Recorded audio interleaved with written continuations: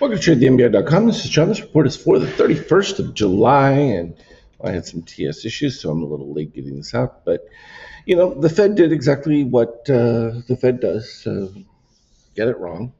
And in this particular case, there's the narrative of course, they see the improvement, no inflation, and everyone thinks, well, you should cut rates.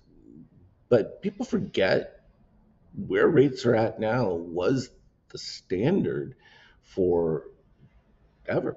This was a baseline. So the fact that everyone wants these lower than zero rates just as a function of their understanding from the financial crisis. That was never really a standard thing. So now, is Trump wrong when he says, the US would save $360 billion a year in interest with 1 point drop? Yeah, but that's just a function of the fact that they've overspent in such ridiculous fashion that interest on the debt they've created is staggering. So, does that need to be a new paradigm?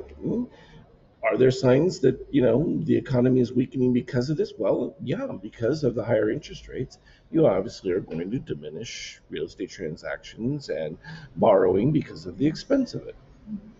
That's just a byproduct of it. Does that have a dampening effect on the economic growth? Yes, it does. Despite that, have things still been moving along? Absolutely. They went from there.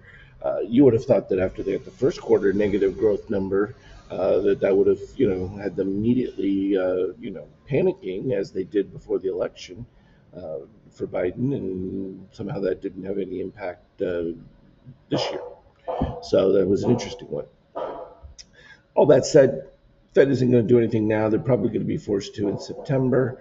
So that makes you turn your attention to other areas. What are the earnings? Well, you see the meta stocks skyrocketing there, as well as your other Magnificent Seven, and that's byproduct of them doing well in a situation where they're not really impacted by interest rates so much as other businesses are. So that they happen to be the heavy weight right now in the index, it makes a difference. So yeah, you're going to continue to see that rise, and that's why we're seeing a pretty sizable gap up today. From the Nasdaq standpoint, it's even going to impact the S&P as well. Just as we saw. From a treasury standpoint, there's no impact on that. In fact, it probably would have been a greater impact had they actually done something. There's still, the market is pre-assuming that there will be one come September. Why wait a month?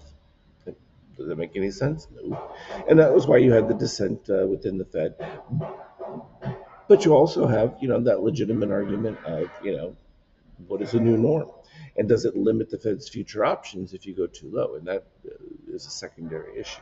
But it also, isn't stopping the market from escalation. So you're not drawing enough money out of the market with rates to make it more attractive to be in treasuries than it is to be in the market. And that's the problem. But this is the bigger problem. The U.S. talking about the much tighter sanctions on Russia. Yeah, well, the market responds to that. Even though you had massive crude draws in that buildup in the reserve, you also have this idea that you're going to be restricting what has kind of been a dirty secret or an increased flow from Russia. If you cut that off, well, then you're going to limit supply, and that's pushing oil the wrong way, and that will be inflationary because we've now flipped from static to inflationary.